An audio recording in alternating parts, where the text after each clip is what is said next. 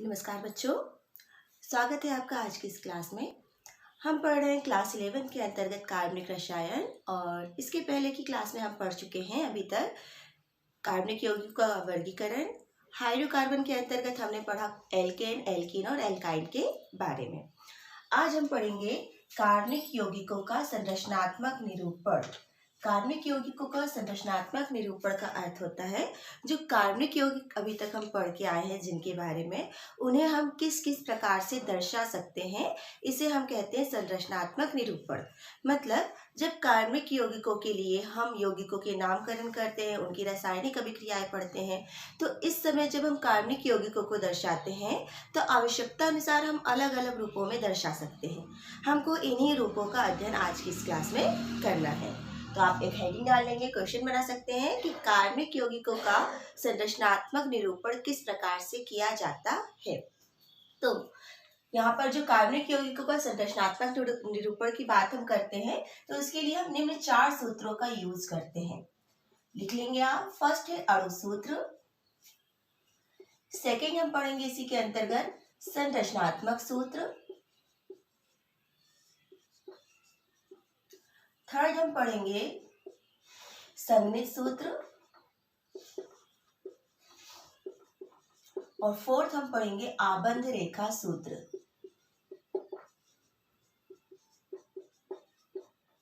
तो आप इन चारों सूत्रों के बारे में नोट कर लेंगे, हेडिंग डाल लेंगे। हम कार्बनिक यौगिकों का संरचनात्मक निरूपण जब करते हैं तो हम इन 4 में से कोई भी सूत्र का यूज कर सकते हैं। तो आपको ये पता होना चाहिए सबसे पहले कि ये होते क्या हैं, है ना।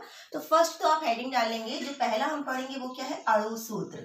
अणु सूत्र का अर्थ होता है, आप लिख लेंगे, जब किसी कार्बनिक यौगिक में, आप नोट कर ले से, कार्बनिक यौगिक में उपस्थित जो भी परमाणु हैं, चाहे वो कार्बन हो, हाइड्रोजन हो, ऑक्सीजन हो, नाइट्रोजन हो, किसी भी परमाणु को हम एक साथ जब लिखते हैं तो वो कहलाता है उस यौगिक का अणु सूत्र।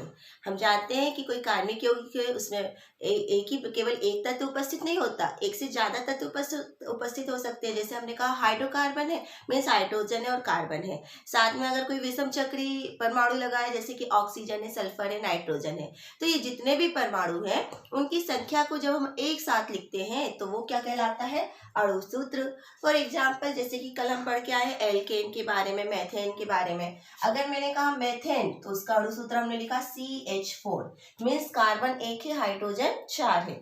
अब अगर मैंने कहा ब्यूटेन, ब्यूटेन मीन्स C4H10, तो ये क्या हुआ, ब्यूटेन का अणु सूत्र, मतलब इसमें 4 कार्बन है और 10 हाइड्रोजन है।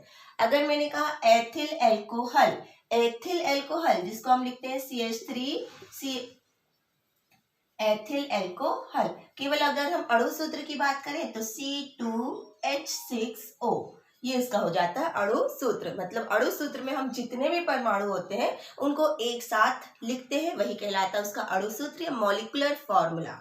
ठीक है। अब सेकेंड हम बात करें, आप थोड़ा थोड़ा इनके बारे में लिख लें, फिर हम इसको समझेंगे। संरचनात्मक सूत्र, सेकेंड है संरचनात्मक सूत्र। संरचनात्मक सूत्र में हम किसी यौगिक में उपस्थित ये जो हम लिख रहे हैं परमाणुओं की संख्या को एक साथ, इन्हीं परमाणुओं की संख्या को कार्बन से अलग अलग जोड़ के लिखते हैं। क्योंकि हम कार्बनिक यौगिक पढ़ रहे हैं तो कार्बनिक यौगिक में ये जो संरचनात्मक सूत्र है ये दर्शाता है कार्बन से जुड़े हुए परमाणुओं की संख्या सहसंयोजक बंध के साथ। मतलब उसमें सहसंयोजक बंध भी होने चाहिए, है ना। कार्बन जितने सहसंयोजक बंध बनाता है और उससे जितने परमाणु जुड़े होते हैं उनको अलग अलग रूपों में दर्शाना ही कहलाता है संरचनात्मक सूत्र। फॉर एग्जाम्पल, जैसे हमने मेथेन यहाँ लिखा, मीन्स कार्बन है, वो 4 सहसंयोजी बंध बनाता है और 4 हाइड्रोजन उससे इस प्रकार से जुड़े हैं, तो ये हो गया मेथेन का संरचनात्मक सूत्र।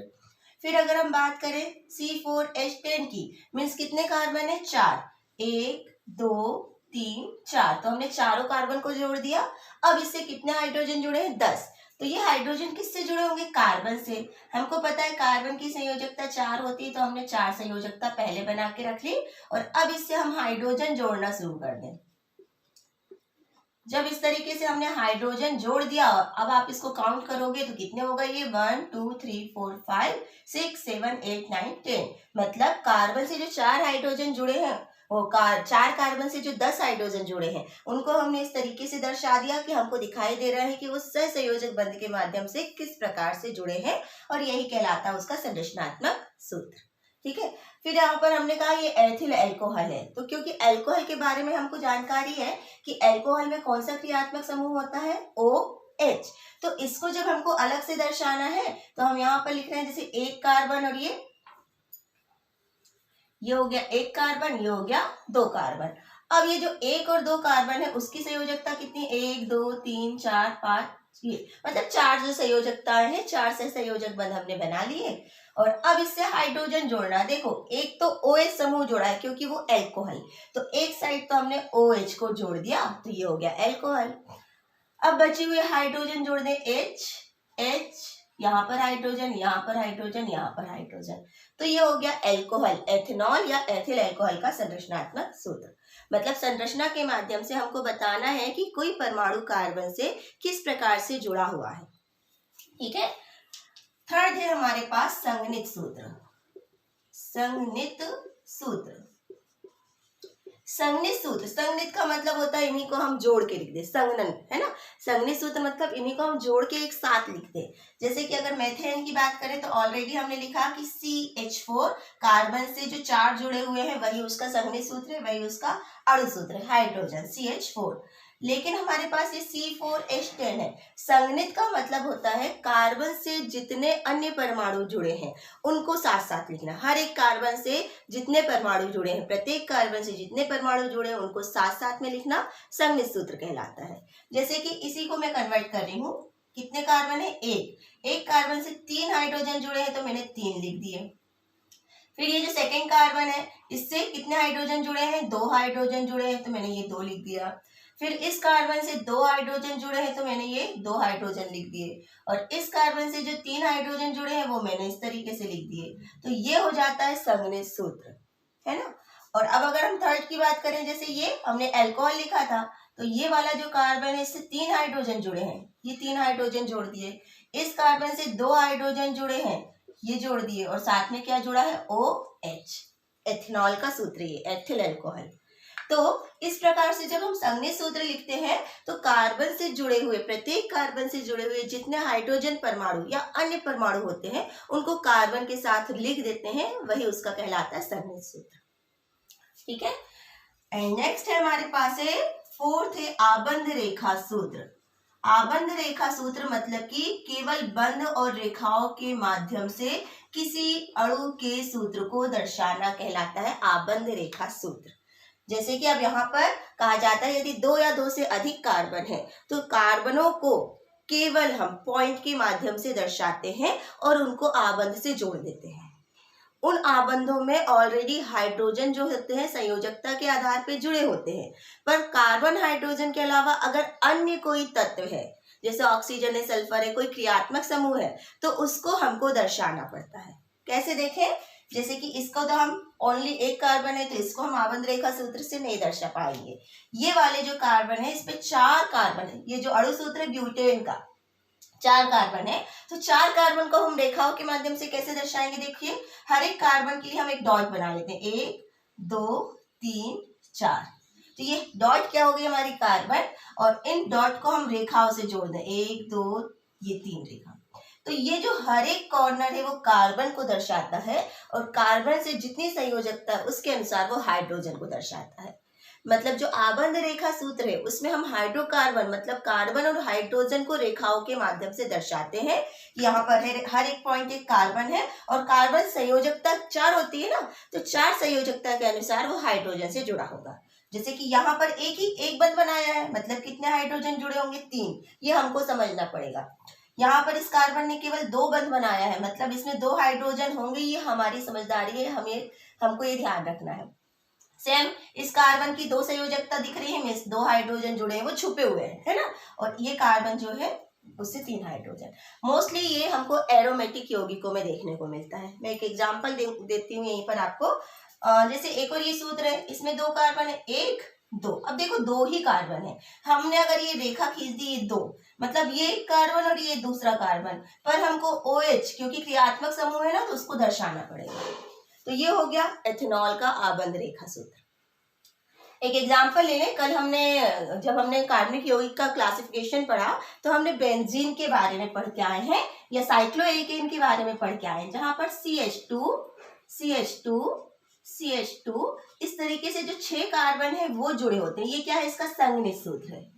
किसका, ये साइक्लोहेक्सेन है ना, साइक्लोहेक्सेन। अब इसको अगर हमको रेखाओं के माध्यम से दर्शाना है तो केवल इसमें कार्बन हाइड्रोजन है ना, और ये षटकोण बनाते हैं, तो हमने ये लिख दिया, ये हमने बना दिया षटकोण, है ना, 6 भुज वाला। तो यहाँ पर आप समझ जाइए कि यहाँ पर हर एक कॉर्नर में वो कार्बन है, और कार्बन से संयोजकता के अनुसार कितने हाइड्रोजन जुड़े हैं, 2-2 हाइड्रोजन जुड़े हैं। यही कहलाता है आबंध रेखा सूत्र।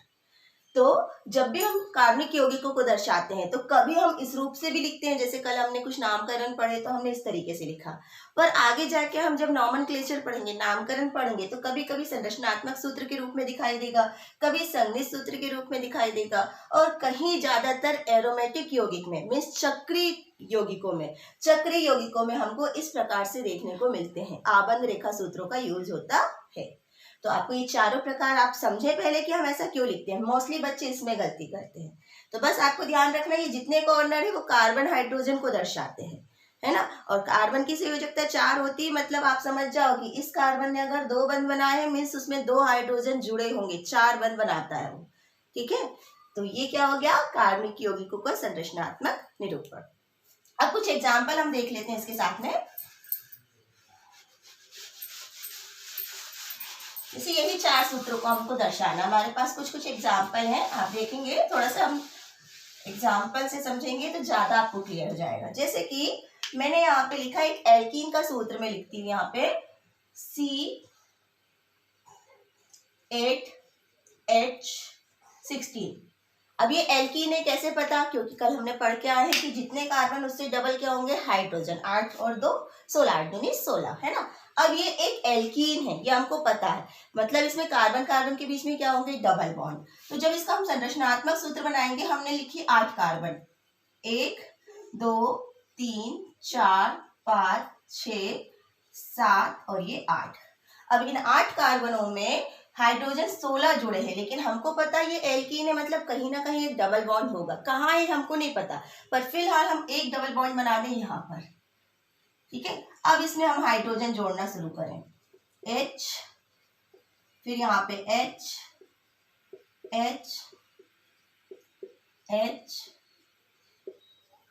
ये H, 4 हाइड्रोजन ये, फिर यहाँ पर अब देखो, क्योंकि डबल बॉन्ड बन गया, मतलब संयोजकता थोड़ी ध्यान रखेंगे, इसने ऑलरेडी इसकी संयोजकता 2 और 1 3 थी, तो हमने केवल 1 हाइड्रोजन जोड़े, 1 हाइड्रोजन नहीं जोड़ेंगे। यहाँ पर 2 बंध बनाया, मतलब कितने हाइड्रोजन जोड़ेंगे, केवल 2।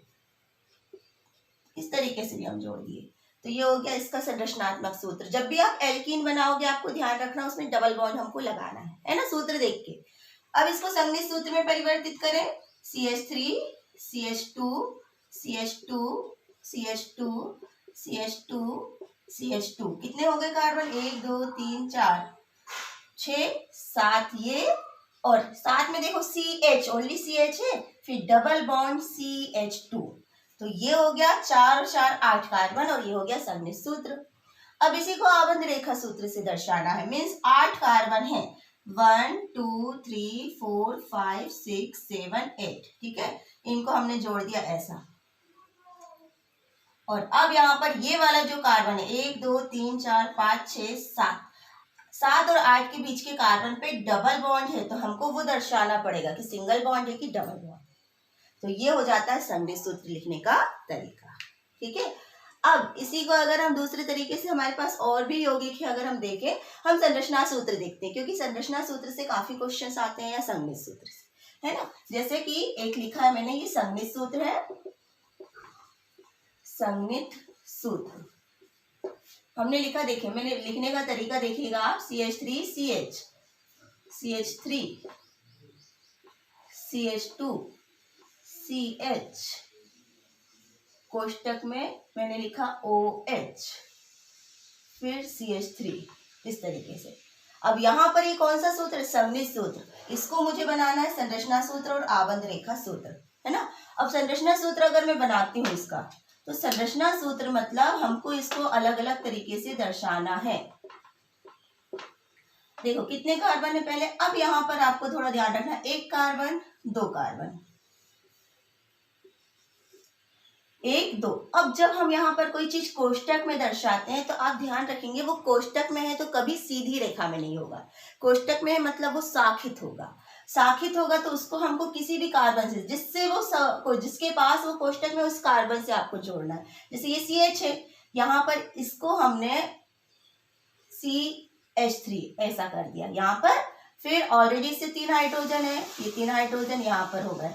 फिर यहाँ पे C है, इससे हाइड्रोजन जुड़े हैं इस तरीके से।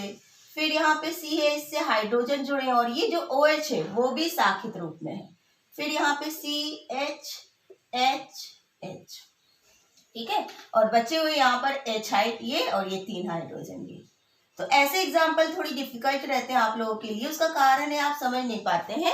तो आपको ध्यान यही रखना है कि अगर कोई चीज कोष्टक में है मतलब वो सीधी रेखा में नहीं होगी। आप देखोगे यहाँ पर हाइड्रोजन कम हो गए ना, मतलब वो कार्बन से जुड़ा।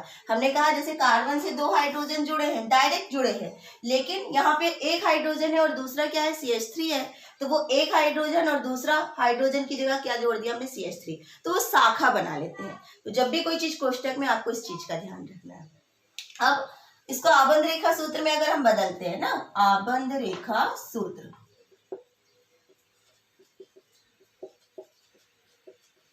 तो आबंध रेखा सूत्र में हम जब इसको बदलेंगे तो रेखा कितने कितने कार्बन है, अगर हम देखें 1 2 3 4 5, सीधी रेखा में 5 कार्बन है। 1 2 3 4 5, बस इनको हम रेखाओं से जोड़ दिए, है ना। अब ये 5 कार्बन से क्या क्या जुड़े हैं एक्स्ट्रा में, हाइड्रोजन को अगर हम छोड़ दें तो सेकंड नंबर का जो फर्स्ट और ये सेकंड, इस कार्बन से ऑलरेडी एक कार्बन जुड़ा है, तो हमको उसको जोड़ना पड़ेगा। तो हमने उसके लिए भी एक लाइन खींच दी, ये एक लाइन खींच दी। ये तो हाइड्रोजन है, इसको नहीं दर्शाना, है ना। तो ये भी डॉट बना ली, ये भी एक कार्बन था। फिर 4th नंबर के कार्बन से एक OH जुड़ा है, 1 2 3 4, 1 2 3 4, तो यहाँ पर आपको एक OH जोड़ना पड़ेगा, ठीक है। तो ये हो गया इसका आबंध रेखा सूत्र। कार्बन से दूसरे कोई भी चीज जुड़े, कार्बन कार्बन को तो दर्शाना ही, चाहे वो रेखा के रूप में हो चाहे शाखा के रूप में हो, लेकिन अगर हाइड्रोक्सी समूह कोई भी क्रियात्मक समूह जुड़ा है तो वो हमको बताना है, ठीक है।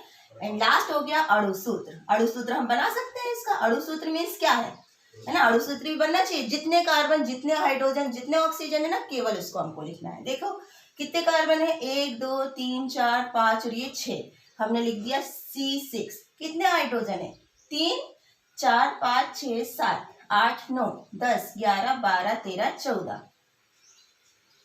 14, है ना। और ऑक्सीजन केवल कितना है, 1। तो एक बार चेक कर ले, 1 2 3 4 5 6 carbon, hydrogen 1 2 3 4 5 6 7 8 9 10 11 12 13 14, C16 C6 H14 और एक ऑक्सीजन। तो ये हो गया अणु सूत्र। ये भी हमको आना चाहिए, कई बार पूछता है इसका अणु सूत्र क्या है। अणु सूत्र मतलब जितने भी परमाणु होंगे किसी यौगिक में, अलग अलग परमाणु, उन परमाणुओं को एक साथ संख्या के साथ दर्शाना, वही कहलाता है अणु सूत्र। तो आप और भी एग्जाम्पल जो आपकी बुक्स में है उनको आप सॉल्व जरूर करें, एनसीईआरटी की बुक्स में हो चाहे MP बोर्ड की बुक्स में हो, स्टेट में कोई भी बुक्स हो, आपको जरूर इस टाइप के क्वेश्चन आपको मिलेंगे पाठ निहित प्रश्न में, एक्सरसाइज में मिलेंगे कि आप इनको संरचना सूत्र में बदलो, संघनित सूत्र में बदलो, और बहुत सारे एरोमेटिक यौगिकों के सूत्र भी आपको मिलते हैं। तो पहले तो आप वीडियो को देखें, देखने के बाद समझकर आप जो भी बुक से संबंधित क्वेश्चन हैं उनको सॉल्व करने की कोशिश करें। Thank you.